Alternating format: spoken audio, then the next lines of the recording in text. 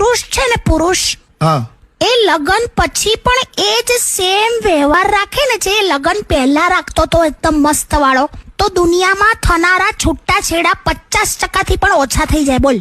વાહ, મસ્ત વાત છે. એવું તો બીજું પણ છે. શું? મહિલા છે ને, મહિલા એ લગન પછી જે વ્યવહાર રાખે છે ને, એ વ્યવહાર જો લગન પહેલેથી જ રાખે ને તો દુનિયામાં થનારા લગનોમાં જ 50% ઘટાડો થઈ જાય. કઈક તો બોલવાનું જ તમારે, એવું ને?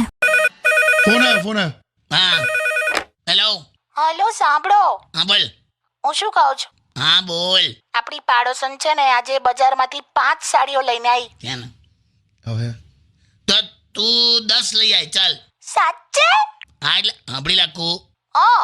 10 લઈ આવી પણ એક ખરીદતી નહીં. એટલે બધાને બતાવીને પાછી દુકાનવાળાને આપી દેજે. ને સાડીની દુકાનવાળો આપણો ભાઈબંધ છે, એટલે આ રીતે એક દિવસ સાડીઓ ઘેર લાવવા દેશે. વાહ કાકા, એટલે બહુ કંઈ વાંધો નહીં આવે. એટલે તારું કામ થઈ જાય ને મારું કામ થઈ જાય. સારું, એવું કરીશ. સાંભળો, પણ હું શું કહું છું, હા, એક સાડી તો લેવા દો. મને વાંધો નહીં, પણ પછી તું 10 કલાકે ઘેર આવીશ. શું 10 કલાકે? તારી ટેવ છે. તું શું કરે, 25 સાડીઓ જુએ અને પછી સાઈડ પર કઢાવે. હા તો એમાંથી 10 અલગ કરે, પાછી એમાંથી પછી 5 અને છેલ્લે 1 પસંદ કરે. તો તારી પાછળ પેલા દુકાનવાળાનો આખો દિવસ જતો રહે ને યાર. તો શું પણ? લે તો આ શું, ને તો પછી હું જવાબ આલું.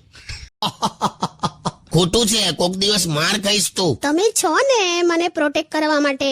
ચલો છોડો, મને કહો ને, તમને મારામાં શું ગમે છે? મારી સમજદારી કે પછી મારી સુંદરતા? મને તારી આ મજાક કરવાની આદત બહુ ગમે છે.